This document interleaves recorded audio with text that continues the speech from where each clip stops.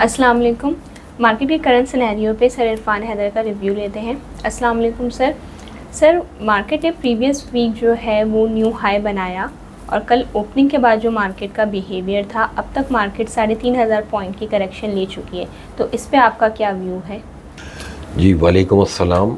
देखें, बाज़ार pure technical correction में है और मार्केट को बहाना चाहिए होता है किसी न किसी बात का कि बाज़ार उसमें नेगेटिव बिहेव करे, क्योंकि बहुत स्ट्रेट छठा महीना है कि ये 6 मंथ्स हो चुके हैं, मार्केट स्ट्रेट जो है वो मंथ ऑन मंथ बेसिस पे पॉजिटिव बिहेव कर रही है। इसी के बीच में कोई ना कोई बहाने बनते हैं, मार्केट में करेक्शन आती है। अब मसला सिर्फ उसमें ये होता है कि लोग 1700 पॉइंट करके 2 दफ़ा बाज़ार ने तकरीबन 3400-3500 पॉइंट मार्केट के निकले। लोग इन चीज़ों से डरना शुरू हो जाते हैं। लोग ये नहीं सोच रहे होते कि 80,000 इंडेक्स है। अब 80,000 इंडेक्स में अगर 3,500 पॉइंट का बाज़ार ने जो है वो अगर एक झटका लिया भी है, तो मेरे हिसाब से ये एक रीज़नेबल जो है वो मार्केट की करेक्शन है। अब अच्छा, फिर टाइमिंग देखी जाती है ऑब्वियसली कि हमारे यहाँ टाइमिंग ऐसी हुई कि कुछ पॉलिटिकल नॉइज़ की वजह से बाज़ार को बहाना मिला है करेक्शन का। रोल ओवर वीक है। रोल ओवर वीक में जब एक्सपोजर आउट होंगे, मार्जिन आउट होने शुरू होंगे, तो ज़ाहिर सी बात है कि अक्रॉस द बोर्ड चीज़ों में सेलिंग प्रेशर नज़र आएगा। लेकिन आपने देखा कि कल भी फॉरेनर्स और इंश्योरेंस सेक्टर जो है वो बाय साइड पे था और एक जो इंडिविजुअल है उसकी सेल थी। ये बात इसको जाहिर करती है कि इंडिविजुअल का मार्जिन एक तो आउट था जो लिवरेज ट्रेड करते हैं, क्योंकि ये जो कॉर्पोरेट्स होते हैं ये लिवरेज में नहीं होते। ये जो लिवरेज है ये इंडिविजुअल्स के ही प्रोडक्ट है और उन्हीं की सेलिंग थी बाज़ार के अंदर। तो मुझे ऐसी कोई घबराहट वाली चीज़ बाज़ार में नहीं लग रही, ना कोई ऐसा फंडामेंटल चेंज है सिवाय इसके कि आगे जाके कोई अगर चेंज आ जाए। अदरवाइज़ मार्केट हेल्दी है, बाज़ार में हेल्दी करेक्शन हो रही है। ओके सर, आगे कुछ रिजल्ट सीज़न भी है, तो रिजल्ट सीज़न के लिए आप मार्केट को कैसा देखते हैं? और कॉर्पोरेट्स की जो बाइंग थी उसकी कोई ख़ास वजह? कॉर्पोरेट्स की बाइंग की देखिए वजह रिजल्ट सीज़न ही है। कॉर्पोरेट से इन छोटी मोटी चीज़ों से, छोटी मोटी अप एंड डाउन से जो है वो घबराया नहीं करते और ना वो लोग मार्केट में स्पेकुलेट कर रहे होते हैं। अब पिछले दिनों खबर आई थी कि एक लोकल जो है वो इंश्योरेंस ने कुछ चीज़ें अपनी प्रॉफिट टेकिंग की और कुछ सेलिंग थी उनकी मार्केट के अंदर, उस पर लोग पैनिक। हमारे यहाँ बात पे लोग पैनिक होना जो है वो एक आसान सी एक बात है, हर आदमी पैनिक हो रहा होता है। अदरवाइज़ ये एक पार्ट ऑफ द गेम है। ऐसी बात है, आप कोई चीज़ 4 चीज़ें ख़रीदेंगे, किसी एक में आप नफ़ा बांधेंगे, तो ये इसी तरह से चीज़ें चलती रहेंगी। पॉलिटिकल साइड को इतना ज़्यादा वेटेज उस वक्त तक नहीं दिया जाएगा जब तक कोई सीरियस वाकई कोई इशू सामने ना आ जाए। तो उन लोगों का जो इंटरेस्ट है वो भी रिज़ल्ट सीज़न पे ही है। तो मेरे हिसाब से मैं भी लोगों को ये एडवाइस कर रहा हूँ कि मार्केट के अप एंड डाउन से घबराने की ज़रूरत नहीं है। अगर आपने उन शेयर्स के अंदर एंट्री की हुई है जिनके अंदर आने वाले दिनों में कोई अच्छी खबरें एक्सपेक्टेड हैं, तो फिर आप बेशक अभी प्राइस अगर नहीं भी बढ़ी है उन शेयर्स की, तो उसका इंतज़ार करना चाहिए उन चीज़ों का। ओके सर, 2 दिन बाद आज मार्केट पॉजिटिव है, तो कोई ऐसा लेवल या स्ट्रैटेजी जिसको सामने रखकर इन्वेस्टर बेस अपना माइंड मेकअप करे?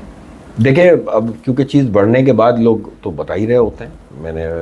मैंने कल सुबह में मार्केट खुलने से पहले अपने क्लाइंट्स को एटलीस्ट जो है वो मैसेज किया था, अपने लेवल्स बता दिए थे। कल की जो मेरी सपोर्ट थी 78,540 की थी। मार्केट ने एग्जैक्टली वही क्लोज दिया था, वहीं पे आके बाज़ार रुका था और बाज़ार में आखिरी के 1 डेढ़ घंटे के सेशन में अच्छे वॉल्यूम्स भी क्रिएट हो गए थे।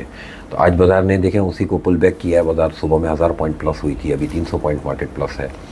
मैं एक चीज़ बताऊं, टेक्निकल एक बात बताता हूं कि बाज़ार जब 3-3,500 पॉइंट का 2 दिन में डिप लिया, अब अगर आज बाज़ार 1000 पॉइंट प्लस बंद हो जाए, 1200 पॉइंट प्लस बंद हो जाए, तो ये ख़राब साइन होगा।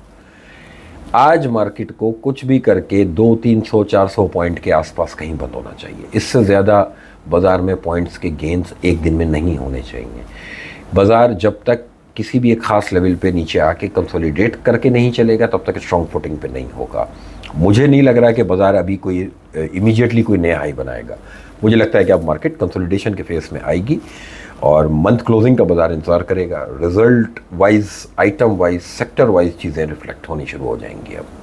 अच्छा सर, पॉलिटिकल अनरेस्ट के बारे में आप क्या कहेंगे? और जो कल एक न्यूज़ भी आई है फ्रीडम रिस्ट्रिक्शन की, उसके बारे में आपका क्या व्यू है?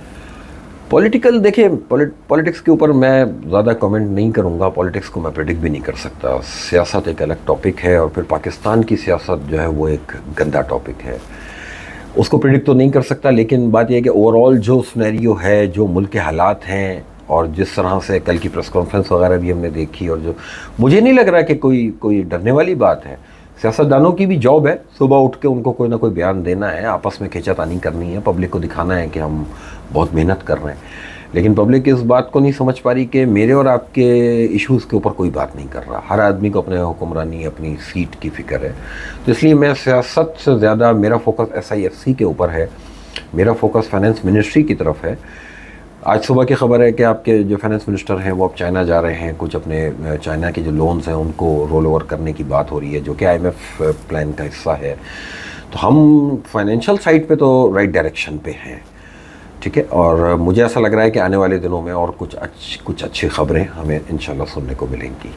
Okay sir, this month monetary policy भी है, तो मॉनेटरी पॉलिसी में आपकी क्या एक्सपेक्टेशन है? 100 बेसिस पॉइंट, मैं तकरीबन 100 बेसिस पॉइंट एक्सपेक्ट कर रहा हूँ, और ये एक रिजनेबल जो है वो कट होगा और इंशाल्लाह होना चाहिए। और क्योंकि जो हमारी इन्फ्लेशन फिगर्स हैं, बेशक ये बजट के बाद थोड़ी इन्फ्लेशन दोबारा से बाउंस हुई है, लेकिन ये एज़ पर एक्सपेक्टेशन है, ठीक है। बजट में आइडिया था कि इतनी टैक्सेशन होगी तो कहाँ तक इन्फ्लेशन जानी चाहिए। मेरे हिसाब से इन्फ्लेशन 15, 16, 17% के आसपास कहीं पे नेक्स्ट 6 महीने और 8 महीने तक इन्फ्लेशन फिगर्स स्टेबल रहेंगी।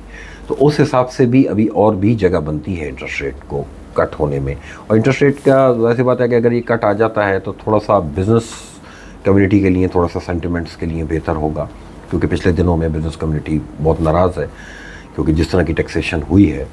तो कुछ ईज़ मिलेगा बिज़नेस को, अच्छा साइन है। और फिर आगे एक और इम्पॉर्टेंट चीज़ के पिछले दिनों में इंटरनेशनल ऑयल प्राइस काफ़ी बढ़ गई थी, $84 तक चली गई थी, जिसकी वजह से हमने पिछले दिनों देखा कि हमारे यहाँ भी पेट्रोल प्राइसेस बढ़ी हैं। वहाँ पे एक अच्छा डिक्लाइन आया है, 6 डॉलर जो है अपने टॉप से, 84 से कल 78 ट्रेड हुआ है, आज भी तकरीबन 78 और 79 के इन बिटवीन ऑयल ट्रेड हो रहा है इंटरनेशनल मार्केट में।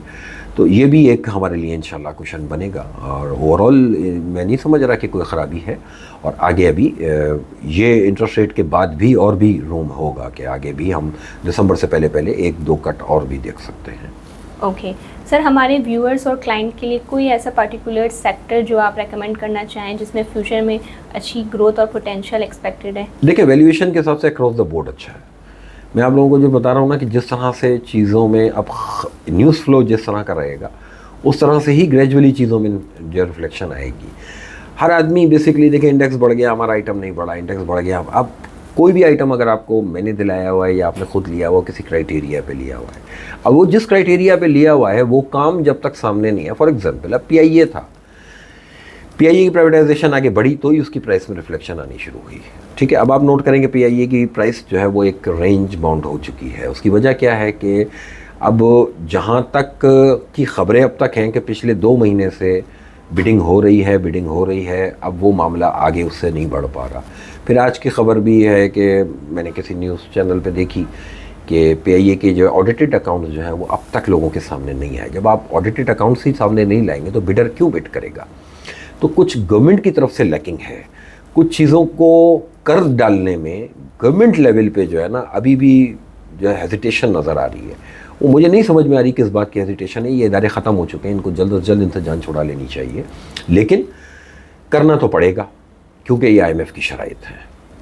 Okay sir, last question, month and भी है तो मंथ एंड से पहले कोई डिप एक्सपेक्टेड है या कोई करेक्शन? बिल्कुल है। देखिए, मंथ ऑन मंथ बेसिस पे जो बाज़ार की सपोर्ट है वो है 74,000। आज आप खड़े में 78,800, तो 4,500 पॉइंट तो बाज़ार अपनी मंथली सपोर्ट से अभी भी ऊपर खड़ा है। बाज़ार अगर मंथ ऑन मंथ बेसिस पे 74,000 के ऊपर भी बंद हो रहा है तो सही बंद हो रहा है। अब आप सोच लें कि 78 तो आप अभी खड़े हैं, अगर 1,000-1,500 पॉइंट, 2,000 पॉइंट आप और भी डिप कर लें तो बाज़ार अच्छा चल रहा है। इस वक्त बाज़ार के अंदर कोई परेशानी वाली बात नहीं है मार्केट में, क्योंकि अभी भी जो PE मल्टीपल्स हैं वो बहुत चीपर हैं। बाज़ार में जो मार्केट कैपिटलाइजेशन है उसमें बहुत बड़ी कोई रिफ्लेक्शन अभी हमने नहीं देखी है। सेक्टर वाइज चीज़ों में रिफ्लेक्शन आनी शुरू हुई है। इसी तरह से वो रिफ्लेक्शन आगे भी जो है वो ट्रिकल डाउन आपको दूसरे सेक्टर्स की तरफ भी जाते हुए देखिए। रिजल्ट सीजन को फोकस करें और पॉजिटिव रहे, डिप पे घबराने की ज़रूरत नहीं है। ओके।